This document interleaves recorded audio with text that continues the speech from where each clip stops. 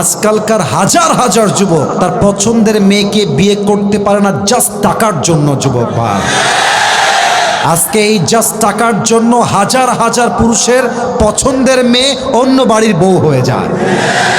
এজন্য আমি আমার প্রত্যেকটা মেয়ের বাবাকে বলবো, আপনার মেয়ের জামাই হিসেবে যার টাকা আছে হি ইজ নট বেস্ট, যার বাড়ি আছে হি ইজ নট বেস্ট, যার বিশাল বড় কোম্পানি আছে হি ইজ নট বেস্ট। আপনার মেয়ের জন্য সবচেয়ে বেস্ট হচ্ছে সেই যুবক যে রাসূলের সুন্নাহ অনুযায়ী জীবনকে গড়েছে। আর আমি অবাক হয়ে যাই মেয়েদেরকে দেখলে। আমি সব মেয়েকে আবারও বলছি, আই রিপিট এগেন, আমি সব মেয়েকে এক পাল্লায় মাপি না, তবে বেশিরভাগ মেয়েরা they always look for better option. বোঝে নাই